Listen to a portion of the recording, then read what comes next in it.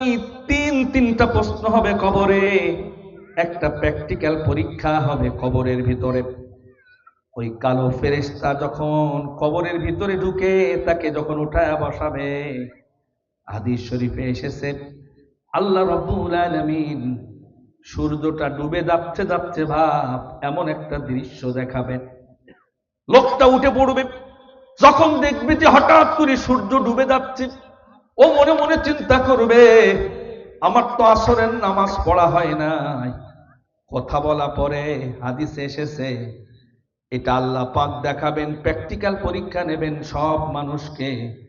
এবার এইভাবে করে ছাড়া দিয়া ওই ফেরেশতাদেরকে বলবে দানি উসল্লি, আমারে ছেড়ে দাও, আমি নামাজ আদায় করব, আমার আসরের নামাজ হয়নি, আমি ঘুমিয়েছিলাম।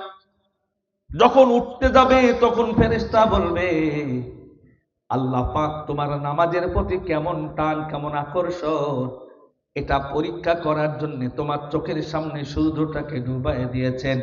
এমন জায়গায় বান্দা পৌঁছায় গেছো আর কোনোদিন তোমার নামাজ পড়া লাগবে না। তবে নামাজ পড়তে যাওয়ার জন্য যে তুমি একটা ঝাঁপ দিতে চেয়েছো, এই কারণে তুমি এই প্র্যাকটিক্যাল পরীক্ষায় A+ পেয়ে পাশ করেছো। একটু জোরে বলা যাবে কি সুবহানাল্লাহ? এখন এই এলাকায় যারা আছি, এই মাইকের আওয়াজ যাদের কানে যাচ্ছে, অনেক যুবক ছেলে আছে ফজরের নামাজ না পড়ে ঘুমিয়ে থাকে, 10টা 11টার সময় ঘুম থেকে ওঠে, এমন সোনার চান টুকরো আছে না নেই? ও কি প্র্যাকটিক্যাল পরীক্ষায় পাস করবে মিয়া ভাই? বাজারে চায়ের দোকানের পিছনে পলিথিন দিয়ে ঘিরে বাতাস যাতে না ঢোকে, এরপরে টুকাটুকি মারে, ওই ফুটোর ভিতরে মাল ঢুকাতে হবে, আছে না এরকম? কি খেলা কয়? ওই ক্যারাম বোর্ড খেলতে খেলতে আসর মাগরিব ঈশা চলে যায়, সোনা মধু আজান কানে শোনে না, মসজিদে আসে না, এরকম সোনার চান টুকরো এলাকা আছে না নেই? ও মরার সাথে সাথে ওর আযাব শুরু হবে, কারণ ও প্র্যাকটিক্যাল পরীক্ষায় পাস করতে পারবে না, ওখান থেকে জাহান্নামী বলে সে সাব্যস্ত হয়ে যাবে। অথচ মুসলমানের সন্তান, নবীজির জামানায় একজন মুসলমান আজানের পরে আর বাড়িতে থাকতো না, অন্য কোনো কাজে থাকতো না, 100% নামাজে আসতো। আর আমরা নামাজ না পড়িলে শুক্রবারে বারে আসে আর বলে আমি তো নামাজ পড়ি শুক্রবারে। তোর এই নামাজ সহ জাহান্নামে আল্লাহ পাঠাবে, সেটাও কোরআনে এসেছে। আল্লাহ পাক বলেন ফাওয়াইলুল লিল মুসাল্লিন আল্লাযীনা হুম আন সালাতিহিম সাহুন الذين هم يراءون ويمنعون الماعون জোরে বলেন আল্লাহু আকবার।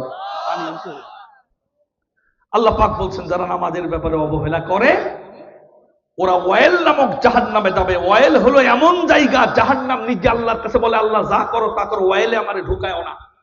তাফসীরে এসেছে ওয়াইলের ভিতরে পৃথিবী যদি ঢুকানো যায়, পাহাড় পর্বত নদী সাগর মহাসাগর সহ ওয়াইলের ভিতরে ঢুকানোর 1 সেকেন্ডের ভিতরে সব পুড়ে ছাই হয়ে যাবে, তার ভিতরে ঢুকায় দেওয়া হবে যারা নামাজে অবহেলা করে।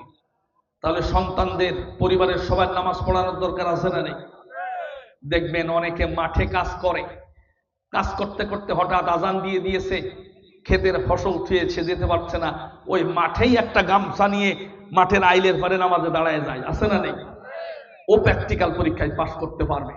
আপনি ঢাকায় যাচ্ছেন, হরিণাকুণ্ড থেকে বাসে চড়েছেন, লক্ষ্য করে দেখবেন অনেক সিটে কেউ মোবাইল টিপতেছে, কেউ ইয়ারফোন দিয়ে গান শুনতেছে, কেউ ঘুমাচ্ছে। মাগরিব হয়ে গেল, আসরের আজান দিল, নামাজ পড়ার খোঁজ নেই। হঠাৎ করে দেখি ও পিছনের কাতারে একজন টুপিওয়ালা আল্লাহু আকবার বলে সিটেই নামাজ পড়ছে। মনে করেন 50 জনের ভিতরে একজন, এরকম আছে না নেই? এই লোকটা প্র্যাকটিক্যাল পরীক্ষায় পাস করবে। যার নামাজ মিস হয় না, এই লোকটা প্র্যাকটিক্যাল পরীক্ষায় পাস করবে। এই হাদিস অনুযায়ী বোঝা গেল কবরে 1 নাম্বার শাস্তি হবে নামাজ না পড়ার কারণে। কথা কি বোঝা গেছে? 2 নাম্বার, যদি কেউ কবরের তিনটা প্রশ্নের জবাব দিতে পারে।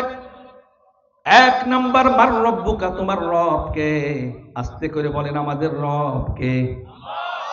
আর একটু আস্তে কোন। 2 নাম্বার, ওমা দীনুকা, আমাদের দিন কি? 3 নাম্বার, ওমান নাবিয়ুকা, তোমার নবী কে?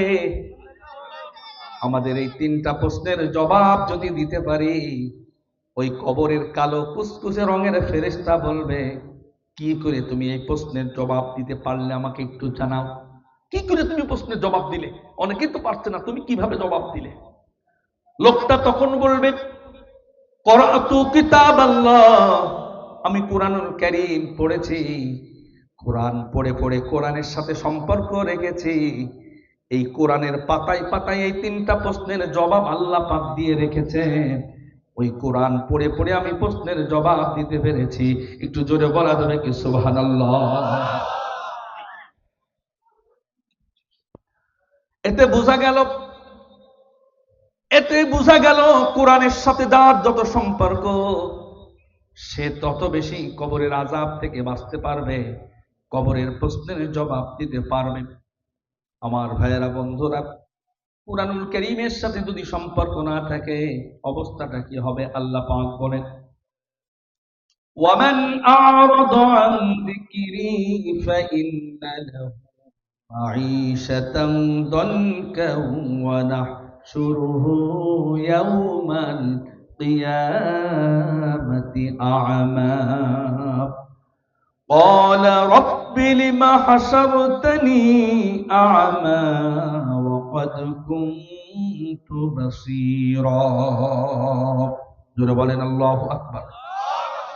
আল্লাহ পাক বলছেন, কোরআন থেকে যারা নিজেদেরকে মুখ ফিরায় রাখবে তাদের 1 নাম্বার দুনিয়ার সংকীর্ণময় জীবন দেব, 2 নাম্বার কবর থেকে যখন উঠাবো দুটো চোখ অন্ধ করে তুলবে। ও বলবে, আল্লাহ কেন অন্ধ করে তুললে? আল্লাহ বলবেন যে কোরআন তোর কাছে ছিল, তুই কোরআন অবহেলা করেছিস, এই জন্য তোর অন্ধ করেছি। আর একটা শাস্তি অপেক্ষা করছে, সেটা হলো ওয়াকাযালিকাল ইয়াউমা তুনসা, কোরআন যেহেতু ভুলেছিলি, আজকে থেকে আমি আল্লাহ তোরে চিরদিনের জন্য ভুলে গেলাম, তোর মতো না খান্দা বান্দার আর কোনো খোঁজ খবর আমি নেব না। আল্লাহ যদি এ কথা বলে, বিপদ কি কম না বেশি?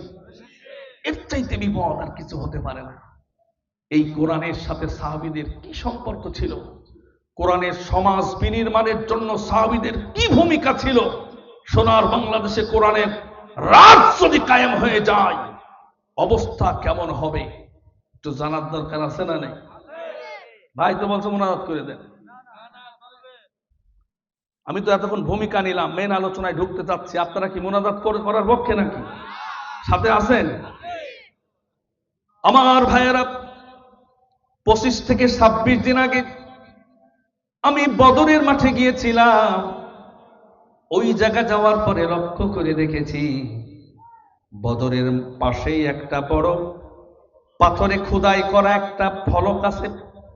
ওই জায়গায় 14 জন সাহাবীর নাম লেখা আছে, যারা কোরআনকে সমাজে প্রতিষ্ঠা করার জন্য জীবন দিয়েছে। বদরের মাঠে তাদের নামটা পাথরে খোদাই করে লেখা হয়েছে।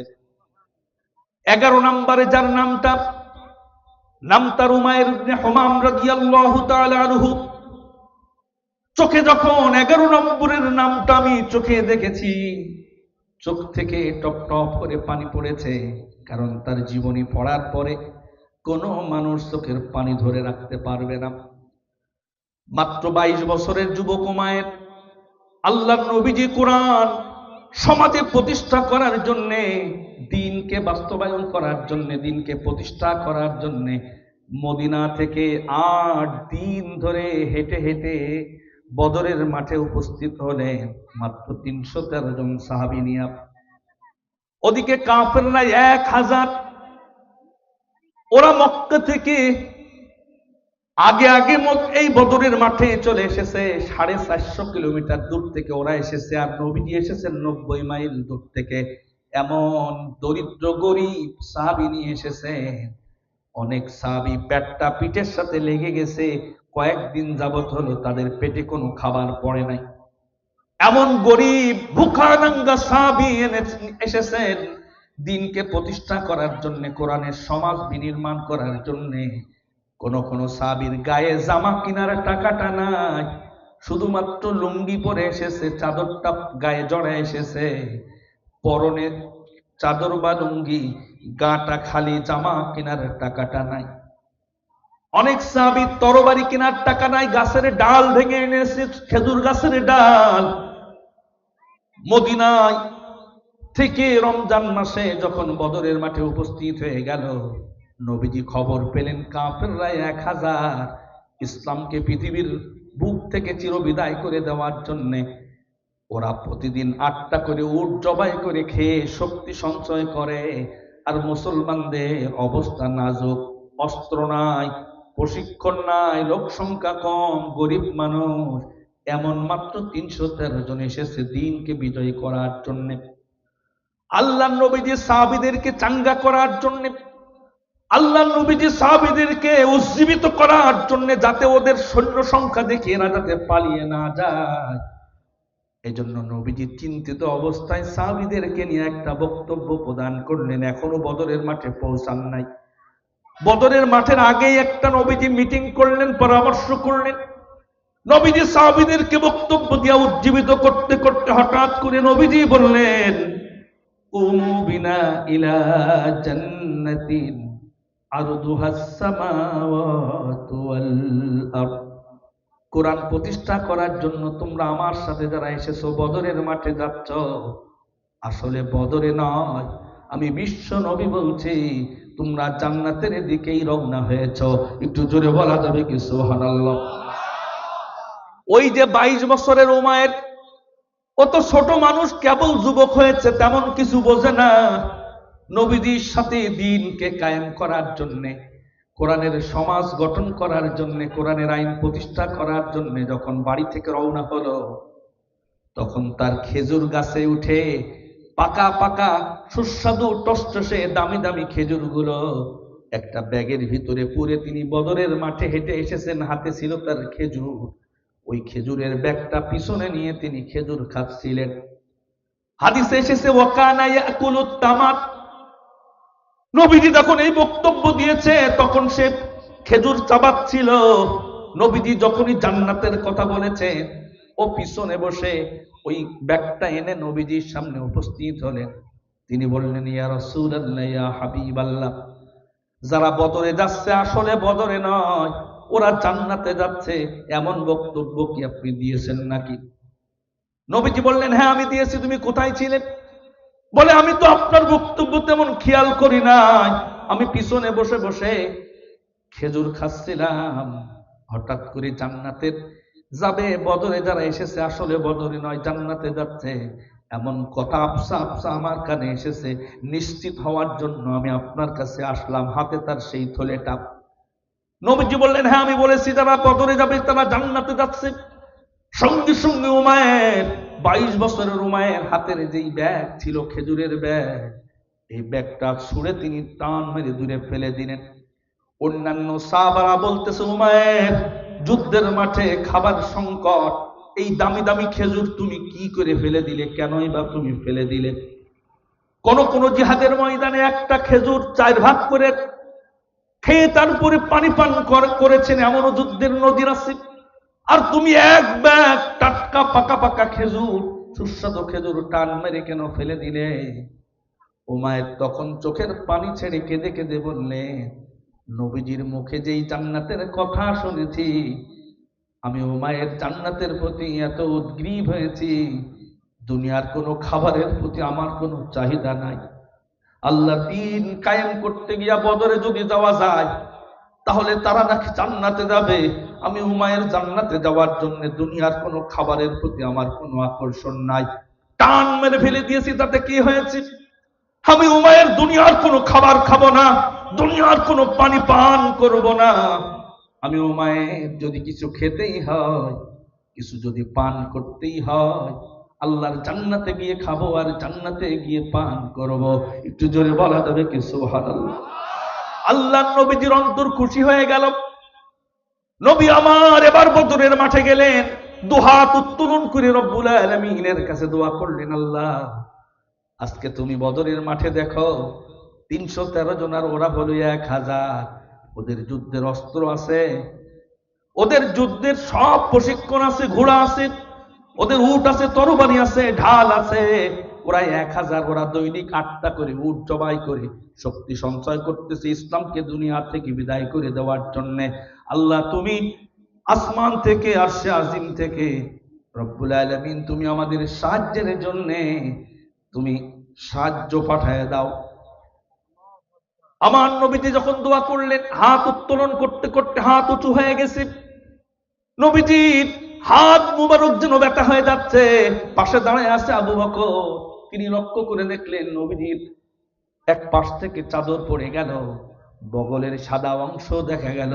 আবু বকর কেঁদে ফেললেন আর বললেন, নবী গো, আমার বিশ্বাস এত দেরি হওয়ার কথা না, আপনার দোয়া আল্লাহর দরবারে মঞ্জুর হয়ে গেছে। নবীজি তখন দোয়া করতেছিলেন, আল্লাহুম্মা ইন তাহলিক হাযিহিল আসাবাতু লাম তু'বাদা আবাদা।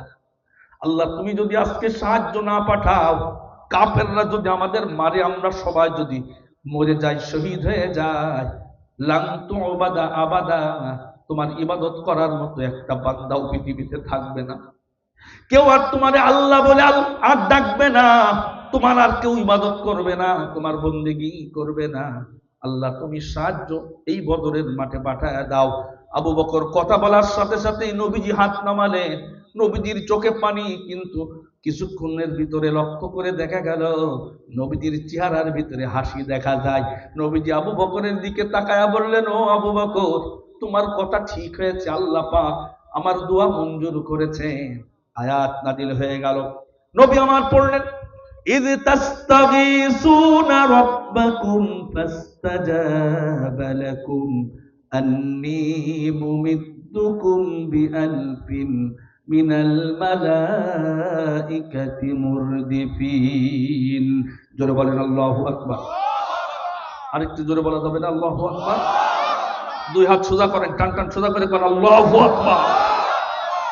আল্লাহ পাক বলেন, ও নবী, তোমার সাহায্যের জন্য বদরের মাঠে আমি আসমান থেকে 1000 ফেরেশতা পাঠায় দিলাম।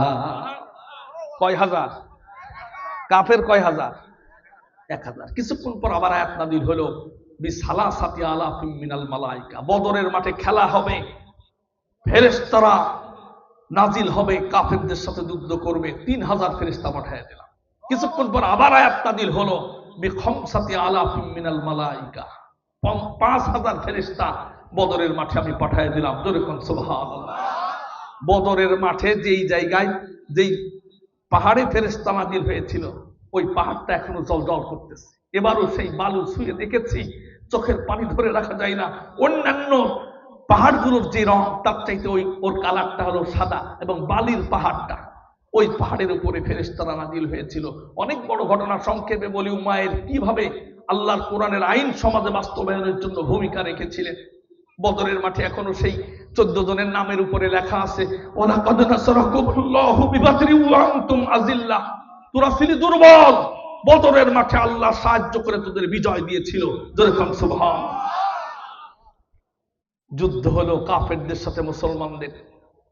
কাফেররা 70 জনের জীবন চলে গেল। বড় বড় কাফের বদরের মাঠে মরে পড়ে থাকলো, তার ভিতরে আবু জেহেলও ছিল। 70 জন ধরা পড়ে গেল, বন্দী হয়ে গেল।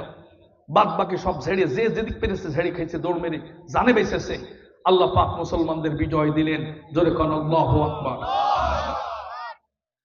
আমার ভাইয়েরা, যুদ্ধ শেষে নবীজি খুশি হলেন, কিন্তু জীবিত সাহাবীদের ভিতরে ওই যে খেজুর ছুঁড়ে মারা ফেলা সেই সাহাবীকে দেখা যাচ্ছে না। নবীজি বললেন, তোমরা কেউ কি আমার উমায়েরকে দেখেছ? সাহাবারা, উমায়ের কথা মনে পড়ে গেল, যুদ্ধের বিজয়ের আনন্দ। কিন্তু হঠাৎ নবীজি উমায়েরকে খুঁজলেন, যে আমি তো জীবিত সাহাবীদের ভিতরে উমায়েরকে দেখতেছি না। কয়েকজন সাহাবী বদরের মাঠে যেই জায়গা যুদ্ধ হচ্ছিল, উমায়ের যেই সেক্টরে যুদ্ধ করতেছিলেন, ওই জায়গা খুঁজতে খুঁজতে হঠাৎ করে পাহাড়ের পাদদেশে বাবলা গাছের নিচেই হঠাৎ করে লক্ষ্য করে দেখলেন একটা যুবক, রক্তাক্ত নিথর দেহটা পড়ে আছে। শরীরের ভিতরে ক্ষত বিক্ষত তরবারির আঘাত, শরীরের ভিতরে খঞ্জরের আঘাত, ক্ষত বিক্ষত নিথর দেহটা রক্তাক্ত হয়ে পড়ে আছে।